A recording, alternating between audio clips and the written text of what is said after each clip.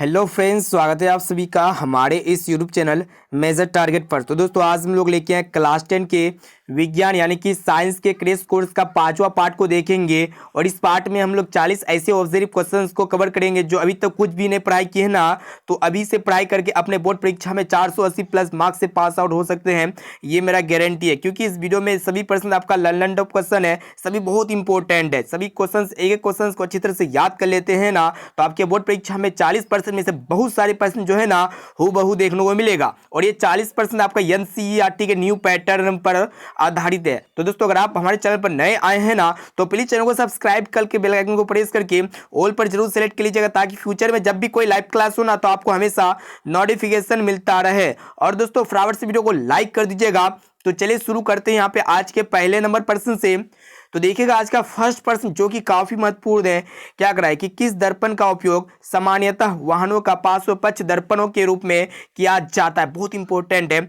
Option A में आपका दिया हुआ समतल दर्पण, या फिर अवतल दर्पण, या फिर उत्तल दर्पण, और ऑप्शन डी में आपका दिया हुआ इनमें से कोई नहीं। तो दोस्तों सामान्यतः जो है ना उत्तल दर्पण का उपयोग वाहनों के पार्श्व पक्ष दर्पण यानी कि साइड मिरर के रूप में किया जाता है।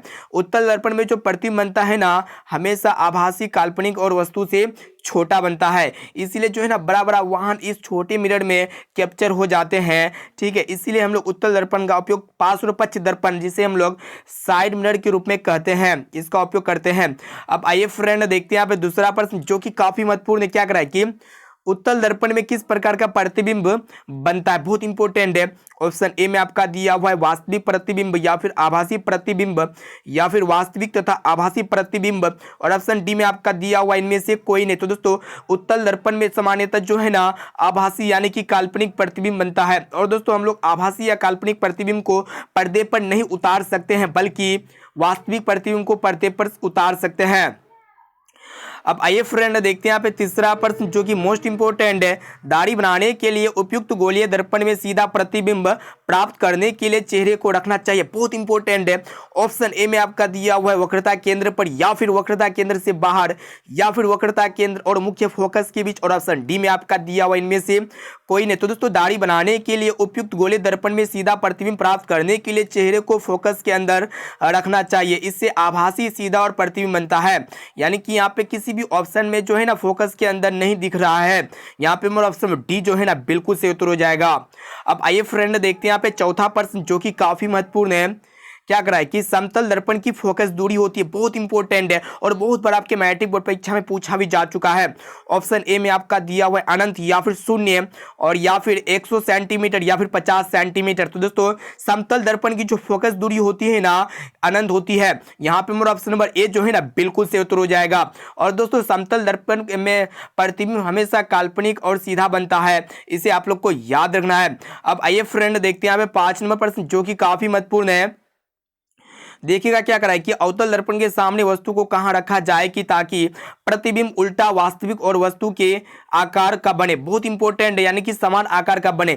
ऑप्शन ए में आपका दिया ध्रुव पर, या फिर अनंत पर, या फिर वक्रता केंद्र पर, और ऑप्शन डी में आपका दिया फोकस पर। ऐसे में तो अवतल और दर्पण में जितने भी 6 केस है, 6 केस में जो प्रतिबिंब बनता है ना वास्तविक, उल्टा और वस्तु, जो प्रतिबिंब बनता है वास्तविक और उल्टा तो बनता है। ठीक है, और वस्तु को कहां पे रखेंगे जो समान आकार का बनेगा। तो दोस्तों अगर हम लोग वस्तु को अगर वस्तु को हम लोग वक्रता केंद्र यानी कि सी पर रखेंगे ना, तो प्रतिबिंब का कैसा बनेगा, समान आकार का बनेगा, वास्तविक और उल्टा बनेगा। यहाँ पे हमारा ऑप्शन नंबर सी जो है ना बिल्कुल से उत्तर हो जाएगा। ये प्रश्न बहुत इंपॉर्टेंट है। तो दोस्तों इस वीडियो में हम लोग ऐसे ऐसे ऑब्जर्व क्वेश्चंस को कवर कर रहे हैं जो आपके फाइनल मैट्रिक बोर्ड परीक्षा में ये 40% में से बहुत सारे प्रश्न जो है ना हूबहू देखने को मिलेगा, क्योंकि ये 40% ऐसे प्रश्न है जो आपके मैट्रिक बोर्ड परीक्षा में 100%, 110% पूछने की काफी संभावना है। और दोस्तों ये 40% में से अगर आपको जो भी प्रश्न अगर याद ना होना, तो उस प्रश्न को अपने नोटबुक में नोट कर लीजिएगा और इसे आप लोग जरूर याद कर लीजिएगा। और दोस्तों अभी तक वीडियो को लाइक नहीं किया ना, तो प्लीज दोस्तों वीडियो को लाइक जरूर कर लीजिएगा। और दोस्तों चैनल पर नए आए हैं ना, तो प्लीज चैनल को सब्सक्राइब करके बेल आइकन को प्रेस करके ऑल पर जरूर सिलेक्ट कर लीजिएगा, ताकि फ्यूचर में जब भी कोई लाइव क्लास हो ना, तो आपको हमेशा नोटिफिकेशन मिलता रहे। अब आइए फ्रेंड देखते हैं यहाँ पे 6 नंबर प्रश्न जो कि मोस्ट इंपोर्टेंट है। क्या करा है कि एक गोलीय दर्पण की फोकस दूरी प्लस 20 सेंटीमीटर है, तो ये गोलीय दर्पण कैसा होगा, बहुत इंपॉर्टेंट है। ऑप्शन ए में आपका दिया उत्तल या फिर अवतल या फिर समतला उत्तल, और ऑप्शन डी में आपका दिया हुआ इनमें से कोई नहीं। तो दोस्तों हम लोग जानते हैं जो फोकस दूरी धनात्मक होता है ना, यानी कि पॉजिटिव होता है, वो दर्पण जो होता है उत्तल दर्पण होता है। कौन सा दर्पण होता है, उत्तल दर्पण की जो फोकस दूरी होता है ना धनात्मक होता है। और दोस्तों जो अवतल दर्पण होता है ना, अवतल दर्पण की फोकस दूरी ऋणात्मक होता है। तो यहाँ पे प्लस ये सूचित करता है कि दर्पण उत्तल है, यहाँ पे उत्तल है, यानी कि यहाँ पे हमारा ऑप्शन नंबर ए जो है ना बिल्कुल से उत्तर हो जाएगा। ये प्रश्न बहुत इंपॉर्टेंट है। अब आइए फ्रेंड देखते हैं यहाँ पे 7 नंबर प्रश्न जो कि काफी महत्वपूर्ण है। क्या करा है कि मृग मरीचिका का कारण है, बहुत इंपॉर्टेंट है। ऑप्शन ए में आपका दिया पूर्ण आंतरिक परावर्तन के कारण, या फिर साधारण परावर्तन, या फिर अपवर्तन, या फिर पहले अपवर्तन और बाद में पूर्ण आंतरिक परावर्तन। तो दोस्तों मृग मरीचिका का निर्माण जो होता है ना रेगिस्तान में गर्मियों के दिनों में होता है, ठीक है। किसके कारण होता है, पूर्ण आंतरिक परावर्तन के कारण रेगिस्तान में मृग मरीचिका का निर्माण होता है। यहाँ पे हमारा ऑप्शन नंबर ए जो है ना बिल्कुल से उत्तर हो जाएगा। और इस स्थिति में किसी भी वस्तु का जो छाया बनता है ना, कैसा बनता है, काल्पनिक बनता है, और नजदीक में जाते हैं तो वो ऐसा नहीं दिखता है, ठीक है। तो ऐसा होता है पूर्ण आंतरिक परावर्तन। अब चलिए फ्रेंड देखते हैं यहाँ पे 8 नंबर प्रश्न जो कि काफी महत्वपूर्ण है और बहुत बार आपके मैट्रिक बोर्ड परीक्षा में इस तरह के प्रश्न बराबर पूछे आते हैं, इसलिए एक क्वेश्चन को कंसंट्रेट होकर याद कर लीजिएगा। देखिए यहाँ पे 8वां प्रश्न क्या कराए कि पानी से भरी बाल्टी की गहराई कम दिखाई पड़ता है, इसका कारण है। ऑप्शन ए में आपका दिया अपवर्तन, या फिर पूर्ण आंतरिक परावर्तन, या फिर परावर्तन, या फिर इनमें से कोई नहीं। तो दोस्तों पानी से भरी बाल्टी की गहराई कम दिखाई देता है, इसका मुख्य और मेन कारण जो होता है ना अपवर्तन। यहाँ पे हमारा ऑप्शन नंबर ए जो है ना बिल्कुल से उत्तर हो जाएगा। और दोस्तों प्रकाश के अपवर्तन के 2 नियम होते हैं, साथ में इसे भी आप लोग को याद रखना है क्योंकि यह प्रश्न जो है ना अति महत्वपूर्ण है, 100% पूछने की काफी उम्मीद है। अब आइए फ्रेंड देखते हैं यहाँ पे 9 नंबर प्रश्न को देखिएगा जो कि काफी महत्वपूर्ण है कि सामान्य नेत्र यानी कि आंख की रेटिना पर बनने वाला जो प्रतिबिंब होता है ना कैसा होता है, वही आप लोग को बताना है।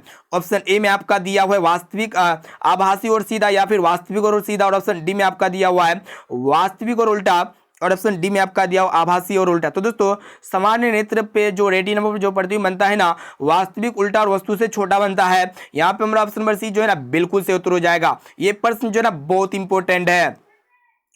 अब आइए फ्रेंड देखते हैं यहाँ पे 10 नंबर प्रश्न क्या कराए कि नेत्र लेंस में समायोजन की क्रिया होती है, बहुत ही महत्वपूर्ण है, यानी कि नेत्र लेंस में समायोजन की क्रिया किसके द्वारा होती है। ऑप्शन ए में आपका दिया हुआ आइरिस के द्वारा, या फिर नेत्र लेंस के द्वारा, या फिर सिलियरी पेशियों के द्वारा, या फिर कॉर्निया के द्वारा। तो दोस्तों नेत्र लेंस में समायोजन की जो क्रिया होती है ना कि सिलियरी पेशियों के द्वारा होती है। यहाँ पे हमारा ऑप्शन नंबर सी जो है ना बिल्कुल से उत्तर हो जाएगा। और दोस्तों मानव नेत्र में कौन सा लेंस होता है, तो दोस्तों मानव नेत्र में जो है ना उत्तल लेंस होता है।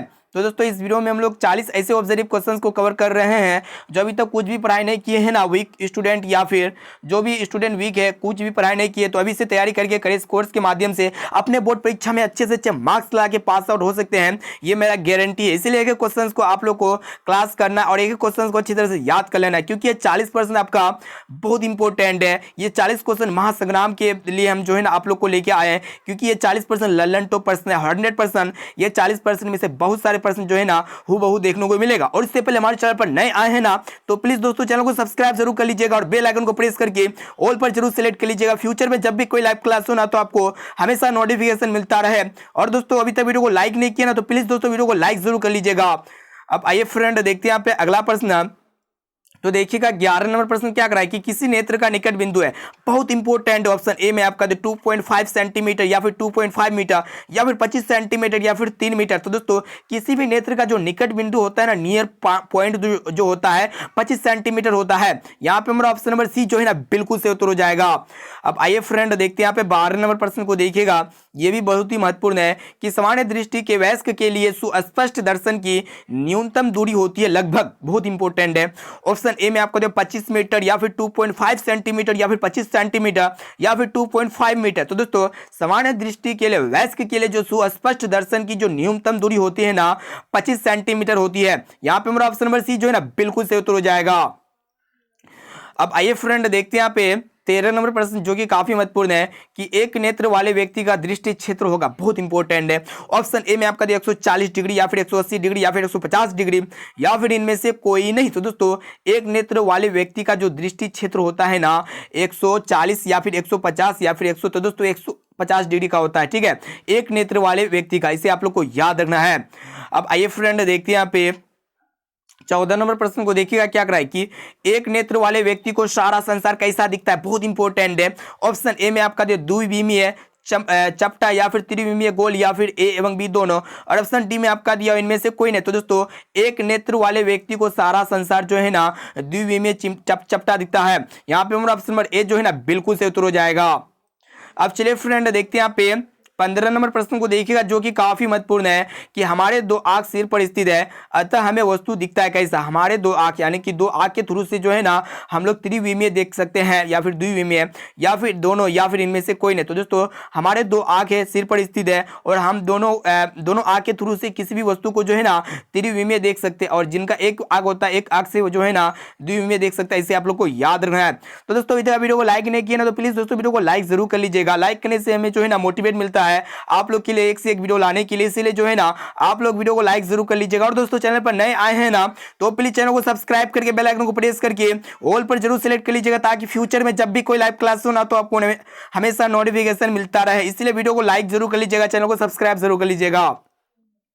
अब आइए फ्रेंड देखते हैं यहाँ पे 16 नंबर प्रश्न जो कि काफी महत्वपूर्ण है। क्या करा है कि धारा विद्युत में आवेश रहते हैं। ऑप्शन ए में आपका दिया विराम अवस्था में या फिर गति की अवस्था में या फिर किसी भी अवस्था में रह सकते हैं, और ऑप्शन डी में आपका दिया इनमें से कोई नहीं। तो दोस्तों धारा विद्युत में जो आवेश रहते हैं ना गतिशील की अवस्था में होता है। यहाँ पे हमारा ऑप्शन नंबर बी जो है ना बिल्कुल से उत्तर हो जाएगा। ये भी प्रश्न जो है ना बहुत इंपॉर्टेंट है आपके फाइनल मैट्रिक बोर्ड परीक्षा के लिए, इस प्रश्न को अच्छी तरह से याद कर लीजिएगा। अब आइए फ्रेंड देखते हैं यहाँ पे 17 नंबर प्रश्न क्या कराए कि विद्युत धारा का एसआई मात्रक है, काफी महत्वपूर्ण है। ऑप्शन ए में आपका दिया वोल्ट या फिर कूलम या फिर वाट, और ऑप्शन डी में आपका दिया एम्पियर। तो दोस्तों इलेक्ट्रिक करंट का जो एसआई यूनिट होता है ना एम्पियर होता है, और दोस्तों एम्पियर को जो है ना हम लोग ए से दिखाते हैं, साथ में से भी आप लोग को याद रखना है। और दोस्तों विद्युत विभवांतर या फिर विद्युत वाहक बल का जो ऐसा मात्रक होता है ना वोल्ट होता है, और आवेश का ऐसा मात्रक कूलम होता है, और विद्युत शक्ति का ऐसा मात्रक वाट होता है, साथ में से भी आप लोग को याद रखना है। और दोस्तों एसआई का जो विस्तार होता है ना सिस्टम ऑफ इंटरनेशनल होता है, साथ में से भी आप लोग को याद रखना है। अब आइए फ्रेंड देखते हैं यहाँ पे 18 नंबर प्रश्न को देखिएगा जो कि काफी महत्वपूर्ण है। क्या करा है कि सेल बाहरी परिपथ में जिस प्लेट से धारा भेजती है उस सेल को क्या कहते हैं। ऑप्शन ए में आपका दिया धन ध्रुव या फिर ऋण ध्रुव या फिर दोनों, ऑप्शन डी में आपका दिया इनमें से कोई नहीं। तो दोस्तों ये भी प्रश्न जो है ना बहुत इंपॉर्टेंट है आपके मैट्रिक बोर्ड परीक्षा के लिए। तो दोस्तों सेल बाहरी परिपथ में यानी कि सेल के बाहरी जो सर्किट होता है जिस प्लेट से धारा भेजा जाता है उसे हम लोग जो है ना पॉजिटिव पोल कहते हैं यानी कि धन ध्रुव कहते हैं। यहाँ पे हमारा ऑप्शन नंबर ए जो है ना बिल्कुल से उत्तर हो जाएगा। अब आइए फ्रेंड देखते हैं यहाँ पे 19 नंबर प्रश्न जो कि काफी महत्वपूर्ण है। क्या करा है कि परिपथ में किन्हीं दो बिंदुओं के बीच विभवांतर मापा जाता है, उसे क्या कहते हैं, किससे मापा जाता है। किसी भी सर्किट में दो बिंदुओं के बीच जो विभव के अंतर को मापा जाता है उसे हम लोग विभवांतर कहते हैं, और अमीटर से या फिर वोल्ट मीटर से या फिर डायनोमो से, और ऑप्शन डी में आपका दिया हुआ है इनमें से कोई नहीं। तो दोस्तों परिपथ में किन्हीं दो बिंदुओं के बीच जो विभवांतर मापा जाता है ना अमीटर से यानी कि वोल्ट मीटर से मापा जाता है, और दोस्तों विद्युत धारा जो है ना अमीटर से मापा जाता है, इसे आप लोग को याद रखना है। अब आइए फ्रेंड देखते हैं यहाँ पे 20 नंबर प्रश्न जो कि काफी महत्वपूर्ण है और बहुत बार आपके मैट्रिक बोर्ड परीक्षा में पूछा भी जा चुका है। देखिएगा क्वेश्चन से कराए कि देखिए प्रश्न ये कराए कि निम्न में से किसका अर्थ जल होता है। ऑप्शन ए में आपका पेट्रो का या फिर टर्बो का या फिर नाइट्रो का या फिर हाइड्रो का, बहुत इंपॉर्टेंट है। तो दोस्तों हाइड्रो का अर्थ जो है ना जल होता है, और ये प्रश्न बहुत बार आपके मैट्रिक बोर्ड परीक्षा में पूछा गया है। तो दोस्तों आप लोग को बता देते हैं जो हाइड्रा यानी कि जल का जो रासायनिक अनुसूत्र होता है ना H2 होता है यानी कि हाइड्रोजन डाइऑक्साइड होता है, ठीक है। और दोस्तों अभी तक वीडियो को लाइक नहीं किए हैं ना तो प्लीज दोस्तों वीडियो को लाइक जरूर कर लीजिएगा, और दोस्तों चैनल पर नए आए हैं ना तो प्लीज चैनल को सब्सक्राइब करके बेल आइकन को प्रेस करके ऑल पर जरूर सेलेक्ट कर लीजिएगा, ताकि फ्यूचर में जब भी कोई लाइव क्लास हो ना तो आपको हमेशा नोटिफिकेशन मिलता रहे। अब आइए फ्रेंड देखते हैं यहाँ पे 21 नंबर प्रश्न क्या कराए कि विभवांतर किसमें गति प्रदान करने का काम करता है। ऑप्शन ए में आपका प्रोटॉन में या फिर इलेक्ट्रॉन में या फिर न्यूट्रॉन में या फिर धारा में। तो दोस्तों आप लोग को बता देते हैं ये विभवांतर जो है ना इलेक्ट्रॉन में गति प्रदान करने का कार्य करता है। यहाँ पे हमारा ऑप्शन नंबर बी जो है ना बिल्कुल से उत्तर हो जाएगा। ये इलेक्ट्रॉन जो है ना गतिशील करते रहता है, ठीक है। अब आइए फ्रेंड देखते हैं यहाँ पे 22 नंबर प्रश्न क्या कराए कि सेल के भीतर होने वाला रासायनिक अभिक्रिया सेल के दो टर्मिनलों के बीच उत्पन्न करता है। ऑप्शन ए में आपका दिया विभवांतर या फिर आवेश गैस या फिर धारा या फिर प्रोटॉन। तो दोस्तों ये प्रश्न बहुत इंपॉर्टेंट है। दोस्तों सेल के भीतर होने वाला जो रासायनिक अभिक्रिया सेल के दो टर्मिनलों के बीच जो उत्पन्न होता है ना, उसे हम लोग क्या उत्पन्न कौन करता है? विभवांतर उत्पन्न करता है। इसे आप लोग को याद रखना है।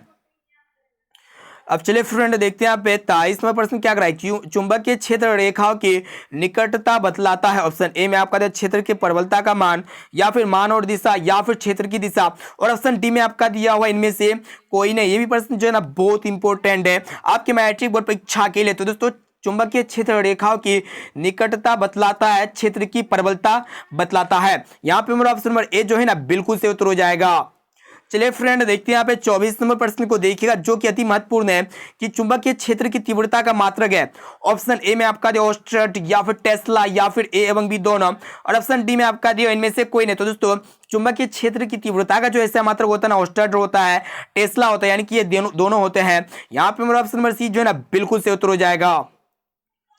अब आइए फ्रेंड देखते हैं यहाँ पे 25 नंबर प्रश्न, जो कि काफी महत्वपूर्ण है। देखिए क्वेश्चन से कराया कि चुंबक के सजातीय ध्रुवों के बीच होता है, क्या होता है? आकर्षण होता है, फिर प्रतिकर्षण आकर्षण दोनों होता है, या फिर प्रतिकर्षण होता है, और ऑप्शन डी में आपका दिया हुआ है इनमें से कोई नहीं। तो दोस्तों चुंबकीय सजातीय ध्रुवों के बीच जो होता है ना प्रतिकर्षण होता है, यानी कि यहाँ पे हमारा ऑप्शन नंबर सी जो है ना बिल्कुल से उत्तर हो जाएगा। इसे आप लोग को याद रखना है। दोस्तों इस वीडियो में हम लोग जो है ना 40 ऐसे ऑब्जर्व क्वेश्चंस को कवर कर रहे हैं। ये 40% आपका लर्निंग टफ क्वेश्चन है, क्योंकि ये 40% में से बहुत सारे प्रश्न जो है ना आपके फाइनल मैट्रिक बोर्ड परीक्षा में देखने को मिलेगा। और दोस्तों ये 40% में से अगर आपको जो भी प्रश्न अगर याद ना होना, तो उस प्रश्न को अपने नोटबुक में नोट कर लीजिएगा और इसे आप लोग जरूर याद कर लीजिएगा। अब से जो ना डेली रेगुलर क्लास होगा, ठीक है? आप लोग क्लास में ध्यान दीजिए। मेरा जो है एब्सेंट हो रहा है, तो आप लोग जो है ना क्लास अब डेली होगा आज से। तो यहाँ पे अभी तक वीडियो को लाइक नहीं किया ना, तो प्लीज दोस्तों वीडियो को लाइक जरूर कर लीजिएगा। और दोस्तों चैनल पर नया है ना, तो प्लीज चैनल को सब्सक्राइब करके बेल आइकन को प्रेस करके ऑल पर जरूर सेलेक्ट कर लीजिएगा। वीडियो को लाइक जरूर कर लीजिएगा। चलिए फ्रेंड देखते हैं यहाँ पे 26 नंबर प्रश्न क्या कराए कि चुंबकीय विजातीय ध्रुवों के बीच होता है, क्या होता है? ऑप्शन ए में आपका दिया हुआ आकर्षण, या फिर प्रतिकर्षण, या फिर ए एवं बी दोनों, और ऑप्शन डी में आपका दिया हुआ इनमें से कोई नहीं। तो दोस्तों चुंबकीय विजातीय ध्रुवों के बीच जो होता है ना आकर्षण होता है, इसे आप लोग को याद रखना है। सजातीय ध्रुवों के बीच प्रतिकर्षण होता है और विजातीय ध्रुवों के बीच आकर्षण होता है, इसे आप लोग को याद रखना है। अब आइए फ्रेंड देखते हैं यहाँ पे 27 नंबर प्रश्न, जो कि काफी महत्वपूर्ण है। देखिएगा क्वेश्चन से एक राय कि निम्न में से कौन सा स्वच्छ ऊर्जा स्रोत है? ऑप्शन ए में आपका देखो कोयला, या फिर लकड़ी, या फिर प्राकृतिक गैस, या फिर इनमें से सभी। तो दोस्तों आप लोगों को बता देते हैं, जो कोयला होता है, ये जो लकड़ी होता है ना, ये सब स्वच्छ ऊर्जा स्रोत का उदाहरण नहीं है, क्योंकि कोयला और लकड़ी से अत्यधिक मात्रा में धुआं उत्पन्न होता है। लेकिन प्राकृतिक गैस जैसे कि एलपीजी हो गया, ठीक है, एलपीजी गैस से जो है ना, जो प्राकृतिक गैस होते हैं, ये स्वच्छ ऊर्जा का स्रोत है, क्योंकि इससे उतना पोल्यूशन नहीं होता है। यहाँ पे मेरा ऑप्शन नंबर सी जो है ना बिल्कुल से उत्तर हो जाएगा।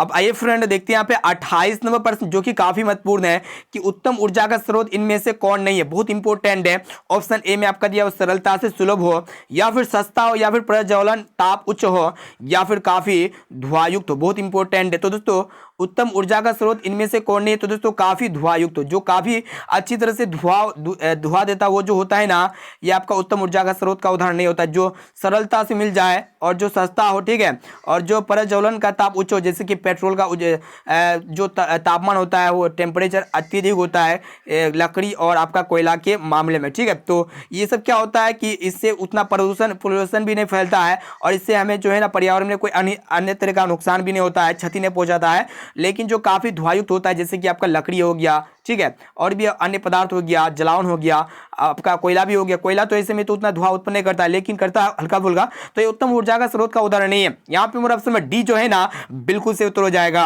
अब आइए फ्रेंड देखते हैं यहाँ पे 29 नंबर प्रश्न, जो कि काफी महत्वपूर्ण है कि शारीरिक कार्यों को करने के लिए किस प्रकार की ऊर्जा का उपयोग किया जाता है? ऑप्शन ए में आपका दिया रासायनिक ऊर्जा, या फिर विद्युत ऊर्जा, या फिर पेशीय ऊर्जा, और ऑप्शन डी में आपका दिया सौर ऊर्जा। ये प्रश्न जो है ना आपके मैट्रिक बोर्ड परीक्षा के लिए बहुत इंपॉर्टेंट है दोस्तों।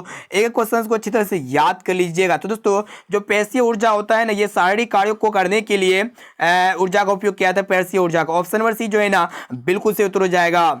अब आइए फ्रेंड देखते हैं यहाँ पे 30 नंबर प्रश्न, जो कि काफी महत्वपूर्ण है। क्या कराए कि निम्न में से उत्तम ऊर्जा का स्रोत कौन सा है? ऑप्शन ए में आपका तो कोयला, या फिर लकड़ी, या फिर पेट्रोलियम, या फिर बायोगैस। बहुत इंपॉर्टेंट है, मोस्ट इंपॉर्टेंट है। तो दोस्तों आप लोग को बता देते हैं यहाँ पे जो पेट्रोलियम है ना, ये उत्तम ऊर्जा का स्रोत है। यहाँ पे हमारा ऑप्शन नंबर सी जो है ना बिल्कुल से उत्तर हो जाएगा। पेट्रोलियम जैसे कि आपका क्या क्या हो गया, पेट्रोलियम के अंतर्गत आपका हो गया पेट्रोल हो गया, ठीक है, डीजल हो गया, किरोसिन तेल हो गया, ये सब पेट्रोलियम के अंतर्गत आते हैं। ये जो होता है ना उत्तम ऊर्जा का स्रोत होता है। इनके अलावा कोयला हो गया, लकड़ी हो गया और बायोगैस, ये सब जो है ना उतना उत्तम ऊर्जा का स्रोत नहीं है, क्योंकि इससे क्या होता है हमें पर्यावरण में काफी नुकसान होता है, ठीक है, सस्ते में नहीं मिलता है। पेट्रोलियम हमको सस्ते में मिल जाता है और ये सरलता से प्राप्त होता है, ठीक है। तो दोस्तों अभी तक वीडियो को लाइक नहीं किया ना, तो प्लीज दोस्तों वीडियो को लाइक जरूर कर लीजिएगा। और दोस्तों चैनल पर नए आए हैं ना, तो प्लीज चैनल को सब्सक्राइब करके बेल आइकन को प्रेस करके ऑल पर जरूर सेलेक्ट कर लीजिएगा, ताकि फ्यूचर में जब भी कोई लाइव क्लास हो ना, तो आपको हमेशा नोटिफिकेशन मिलता रहे। तो प्लीज दोस्तों चैनल को सब्सक्राइब जरूर कीजिएगा और वीडियो को लाइक जरूर कर लीजिएगा। अब चलिए फ्रेंड देखते हैं यहाँ पे 31 नंबर पर जो कि मोस्ट इंपोर्टेंट है, क्या कर रहा है कि एक विलेन जिसका पीएच मान 0 से 7 के बीच होता है, वह है ऑप्शन ए में आपका उदासीन या फिर क्षारीय या फिर अम्लीय या फिर कोई नहीं। तो दोस्तों आप लोग को बता देते हैं, जो पीएच स्केल में जो अंकित मार्क रहता है ना, 0 से 14 तक अंक रहता है, ठीक है। तो आप लोग को बता देते हैं, जो 7 होता है ना, 7 जो होता है वो उदासीन होता है, और 0 से 7 के बीच जो होता है ना, वो आपका क्या होता है, अम्लीय होता है। क्या होता है, अम्लीय। आप लोग को यहाँ पे अगर 7 से अधिक और 14 के बीच रहेगा तो वो आपका क्या होगा, क्षारीय होगा। क्या होगा, क्षारीय। तो यहाँ पे क्या क्वेश्चन से रहा है कि जिसका मान 0 और 7 के बीच होगा तो वो क्या होगा, अम्लीय होगा। तो यहाँ पे हमारा ऑप्शन नंबर सी जो है ना बिल्कुल से उत्तर हो जाएगा। अब आइए फ्रेंड देखते हैं यहाँ पे 32 नंबर प्रश्न, जो कि काफी महत्वपूर्ण है। क्या कराए कि वह विलियन जिसका पीएच मान 7 से 14 तक है, वो है काफी महत्वपूर्ण है। ऑप्शन ए में आपको तो क्षारीय या फिर अम्लीय, और ऑप्शन डी में आपका दिया उदासीन या फिर कोई नहीं। तो दोस्तों वह विलियन जिसका पीएच मान 7 से और 14 के बीच होता है ना, उसे हम लोग क्या कहते हैं, क्षारीय कहते हैं। यहाँ पे हमारा ऑप्शन नंबर ए जो है ना बिल्कुल से उत्तर हो जाएगा। और दोस्तों जिस भी विलियन के पीएच का मान 7 होता है ना, तो वो विलियन क्या होता है, उदासीन होता है। और जिस भी विलियन के पीएच का मान 7 से कम होता है, जैसे कि आपका 5 हो गया, 6 हो गया, तो विलियन क्या होता है, अम्लीय होता है। इसे आप लोग को याद रखना है। अब आइए फ्रेंड देखते हैं यहाँ पे 33 नंबर प्रश्न, जो कि काफी महत्वपूर्ण है। देखिएगा क्या कराए कि कॉस्टिक सोडा का उपयोग होता है। ऑप्शन ए में आपको तो पेट्रोलियम के शोधन में, या फिर कपड़ा साफ करने में, या फिर जल का अस्थायी खरापन दूर करने में, या फिर इनमें से कोई नहीं। भी प्रश्न बहुत इंपॉर्टेंट है दोस्तों। कॉस्टिक सोडा का जो सामान्य उपयोग होता है ना, किसके लिए होता है, ये आप लोग को बताना है। तो दोस्तों कॉस्टिक सोडा का जो सामान्य उपयोग होता है पेट्रोलियम के शोधन में होता है। यहाँ पे मेरा ऑप्शन नंबर ए जो है ना बिल्कुल से उत्तर हो जाएगा। अब आइए फ्रेंड देखते हैं यहाँ पे 34 नंबर पर, जो कि काफी महत्वपूर्ण है। क्या कराए कि धोने के सोडा का उपयोग निम्नलिखित में से किसमें किया जाता है, बहुत इंपॉर्टेंट है। ऑप्शन ए में आपको देख खिलौने बनाने में, या फिर दीवार को चिकना करने में, या फिर कागज और साबुन के उत्पादन में, या फिर कीटाणु नाशक के रूप में। तो दोस्तों आप लोग को बता देते हैं, धोने की सोडा का जो उपयोग होता है ना, कागज और साबुन के उत्पादन में होता है। यानी कि यहाँ पे ऑप्शन नंबर सी जो है ना बिल्कुल से उत्तर हो जाएगा। और दोस्तों धोने के सोडा का जो रासायनिक सूत्र होता है ना, Na2CO3 होता है, यानी कि सोडियम कार्बोनेट होता है। साथ में इसी भी आप लोग को याद रखना है। यह प्रश्न बहुत इंपॉर्टेंट है आपके मैट्रिक बोर्ड परीक्षा के लिए।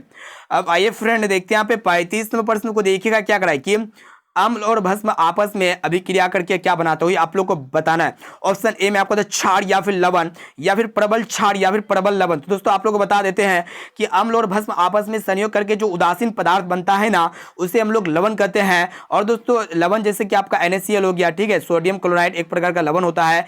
और दोस्तों अभी तक वीडियो को लाइक नहीं किए हैं ना, तो प्लीज दोस्तों वीडियो को लाइक जरूर कर लीजिएगा। और दोस्तों चैनल पर नए आए हैं ना, तो प्लीज चैनल को सब्सक्राइब करके बेल आइकन को प्रेस करके ऑल पर जरूर सेलेक्ट कर लीजिएगा, ताकि फ्यूचर में जब भी कोई लाइव क्लास हो ना, तो आपको हमेशा नोटिफिकेशन मिलता रहे। अब आइए फ्रेंड देखते हैं यहाँ पे 36 नंबर प्रश्न क्या कराए कि लवण बनाने में कौन सा मूलक सहायक है, बहुत इंपॉर्टेंट है। ऑप्शन ए में आपको दिया भस्मीय मूलक, या फिर अम्लीय मूलक, या फिर ए एवं बी दोनों, और ऑप्शन डी में आपका दिया इनमें से कोई नहीं। तो दोस्तों लवण बनाने के लिए जो है ना अम्लीय मूलक सहायक होता है। यानी कि यहाँ पर हमारा ऑप्शन नंबर बी जो है ना बिल्कुल से उत्तर हो जाएगा। अब आइए फ्रेंड देखते हैं यहाँ पे 37 नंबर प्रश्न, जो कि काफी महत्वपूर्ण है कि वैसे लवण जो अम्ल और भस्म के पूर्ण उदासीकरण से बनते कहे जाते, बहुत इंपॉर्टेंट है।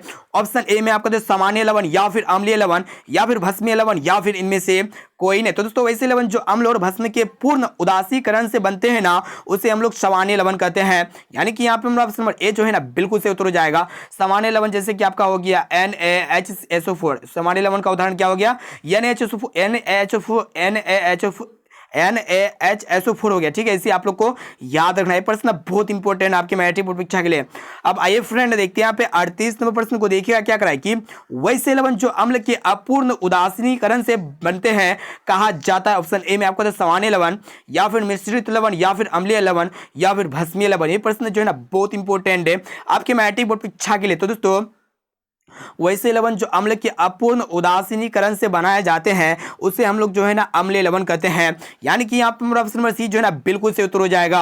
अब आइए फ्रेंड देखते हैं यहाँ पे 39 नंबर प्रश्न जो कि काफी महत्वपूर्ण है। देखिएगा क्या कराए कि ग्रेफाइट कार्बन का एक अपर रूप है जो मुलायम होता है, या फिर कठोर होता है, या फिर द्रव होता है, या फिर गैस होता है। तो दोस्तों ऐसे में जो कार्बन के 3 अपर रूप होते हैं, ग्रेफाइट हो गया, हीरा हो गया और फ्लोरीन हो गया। तो आप लोग को बता देते हैं ग्रेफाइट एक प्रकार का अपरूप होता है कार्बन का, और एक प्रकार ये क्या होता है मुलायम होता है। यानी कि यहाँ पे हमारा ऑप्शन नंबर ए जो है ना बिल्कुल से उत्तर हो जाएगा। अब आइए फ्रेंड देखते हैं यहाँ पे आज का लास्ट और अंतिम प्रश्न जो कि काफी महत्वपूर्ण है। देखिएगा ध्यानपूर्वक क्या कराए कि निम्नलिखित में से किसे चाकू से काटा जा सकता है। ऑप्शन ए में आपका लिथियम, कैल्शियम, या फिर कॉपर, या फिर आयरन। ये प्रश्न जो है ना बहुत इंपॉर्टेंट है। ऐसे में तो लिथियम हो गया, पोटेशियम हो गया, सोडियम को हम लोग तीनों को जो है ना चाकू से आसानी से काट सकते हैं, लेकिन यहाँ पे लिथियम ऑप्शन में दिया हुआ है, तो यहाँ पे लिथियम जो है ना हमारा बिल्कुल से उत्तर हो जाएगा। ये प्रश्न जो है ना बहुत इंपॉर्टेंट है। और दोस्तों सोडियम को जो है ना हम लोग केरोसिन तेल में डुबो कर रखते हैं, इसे आप लोग को याद रखना है। तो दोस्तों इस वीडियो में हम लोग वैसे वैसे ऑब्जर्व क्वेश्चन को कवर कर लिए हैं जो आपके फाइनल मैट्रिक बोर्ड परीक्षा में 40% में से बहुत सारे प्रश्न जो है ना हूबहू देखने को मिलेगा। और दोस्तों इस वीडियो को अपने दोस्तों में एक बार जरूर शेयर कीजिएगा। जितनी भी आपका टेलीग्राम, व्हाट्सएप ग्रुप या फेसबुक ग्रुप, जितने भी ग्रुप है ना, जितने भी दोस्त यार इस बार आपके फाइनल मैट्रिक बोर्ड परीक्षा देने वाले हैं, तो इस वीडियो को अपने दोस्तों में एक बार जरूर शेयर कीजिएगा। और दोस्तों आप लोग को लास्ट में यानी कि अभी कमेंट करके भी बताना है कि 40% में से पहले से आप लोगों को कितना प्रश्न याद था। तो दोस्तों वीडियो को लाइक नहीं किया ना, तो प्लीज दोस्तों वीडियो को लाइक जरूर कर लीजिएगा।